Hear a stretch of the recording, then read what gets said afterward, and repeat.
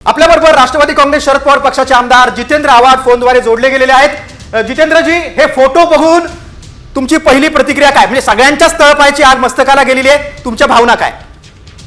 याच्यात भावना काय? भावना शून्य झालो होतो आपण भावना शून्य झालो आहोत महाराष्ट्रात। काय भावना? असं कोणी मारू शकतं का कोणाला? म्हणून माणूस माणसाला असं मारू शकतो? एखादा हिंस्त्र पाणी एखाद्या गरीब हरिणीला एखादा सिंह किंवा वाघ फाडतो तसं मारलं यांनी? म्हणजे हे जानवर होते, यांच्यात माणूस नावाचं अस्तित्वात होतं की नव्हतं? क्रौर्याची परिसीमा गाठली त्यांनी। हो, क्रौर्याची परिसीमा। तुम्ही विचार करा, यांनी मारताना त्या संतोषला काय म्हणजे काय यातना, काय दुःख, काय वेदना झाल्या असतील हो। आणि आज हे फोटो बघून जेव्हा त्याच्या घरच्यांचं काय झालं असेल?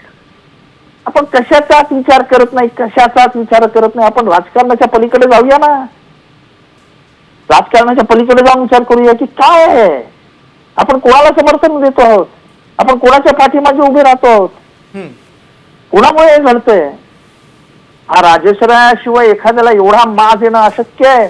आमच्यासारखी माणसं देखील आजही घाबरतात की नको रे बाबा याच्यात हात घालू, लफडं व्हायचं काहीतरी। आव्हाडजी, हे क्रूर हत्येचे पुरावे भक्कम पुरावे म्हणून समोर आले। हे क्रूर हत्येचे फोटो पुरावे म्हणून आता भक्कमपणे समोर आलेत।